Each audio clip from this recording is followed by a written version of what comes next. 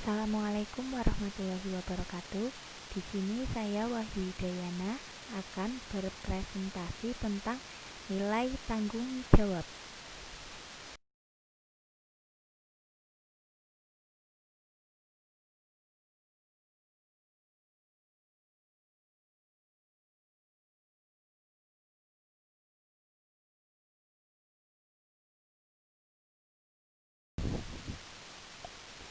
Tanggung jawab juga berkaitan dengan kewajiban. Kewajiban adalah suatu yang dibebankan terhadap seseorang. Maka tanggung jawab dalam hal ini adalah tanggung jawab terhadap kewajibannya. Kewajiban dibagi menjadi dua macam, yaitu yang pertama kewajiban terbatas dan yang kedua kewajiban tidak terbatas.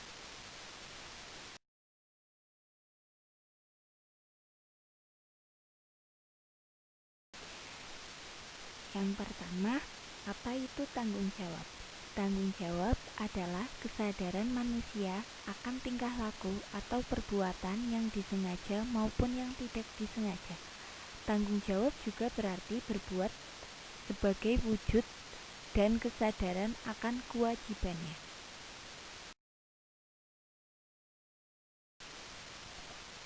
Selanjutnya, macam-macam tanggung jawab. Macam-macam tanggung jawab itu ada 5. Yang pertama, tanggung jawab manusia terhadap diri sendiri. Contohnya, memilih ekstrakurikuler yang sesuai dengan bakat dan minat. Yang kedua, tanggung jawab kepada keluarga. Contohnya, membantu membersihkan rumah. Yang ketiga, tanggung jawab kepada masyarakat. Contohnya, mengikuti kerja bakti di lingkungan tempat tinggalnya. Yang keempat, tanggung jawab kepada bangsa atau negara. Contohnya, menjadi pelajar yang rajin dan pintar. Dan yang terakhir, tanggung jawab kepada Tuhan. Contohnya, beribadah dan mengaji. Ada 3 tujuan nilai tanggung jawab. Yang pertama, memperkaya pengalaman bertanggung jawab. Yang kedua, memperkaya pengetahuan mengenai tanggung jawab. Dan yang ketiga, membangun rasa tanggung jawab. Poin-poin ketiga tersebut itu bertujuan dalam nilai tanggung jawab.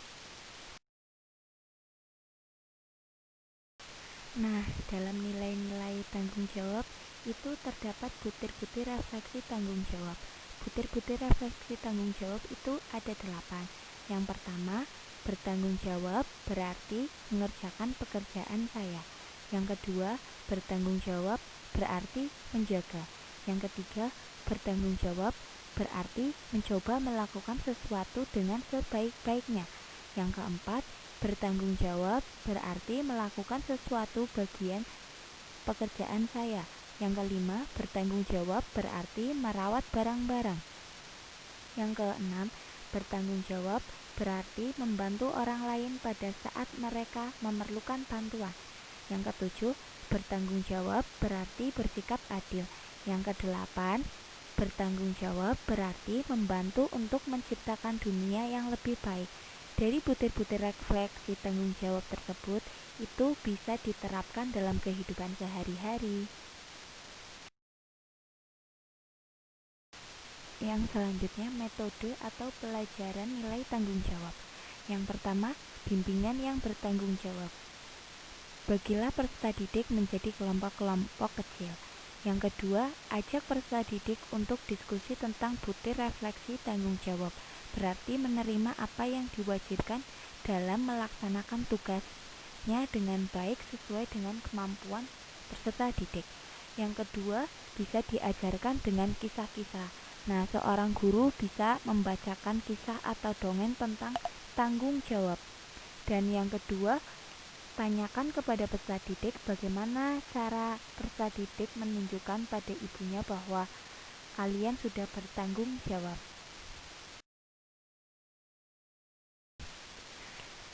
Yang ketiga, dengan metode berbagi diskusi.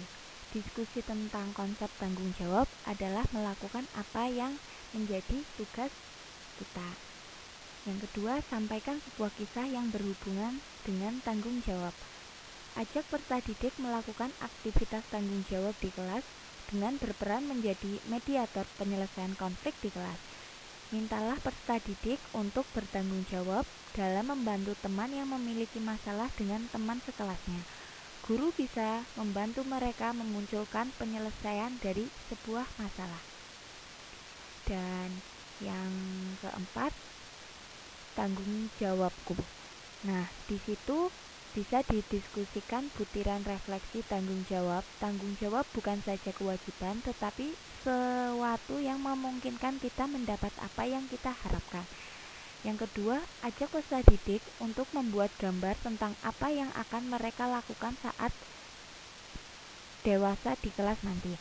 Terus, mintalah mereka menuliskan 2 hal yang bisa mereka lakukan guna mencapai tujuan tersebut. Dan yang terakhir, bantu peserta didik membuat tindakan-tindakan yang jelas dan praktis.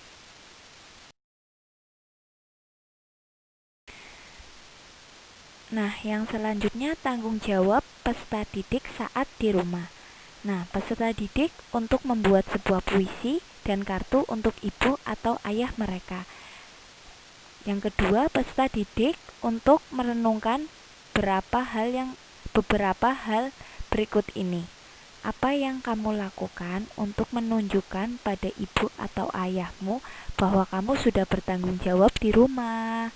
Nah, di situ peserta didik bisa menuliskan tanggung jawab apa saja yang harus dilakukan saat di rumahnya masing-masing.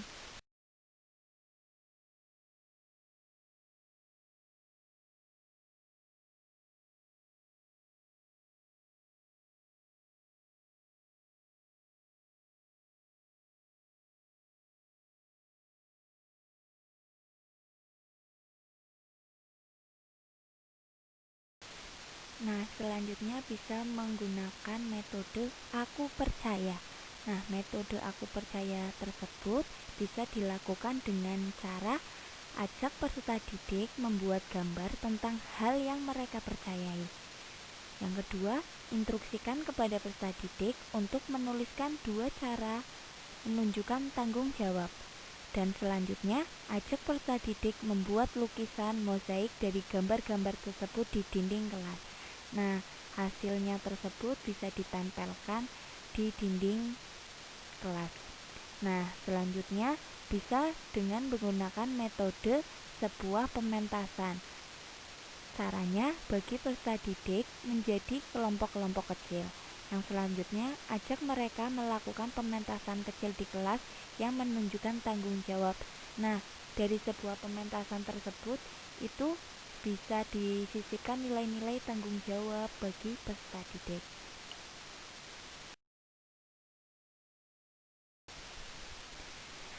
Sekian presentasi dari saya. Apabila ada salah kata, mohon dimaafkan. Wassalamualaikum warahmatullahi wabarakatuh. Terima kasih teman-teman.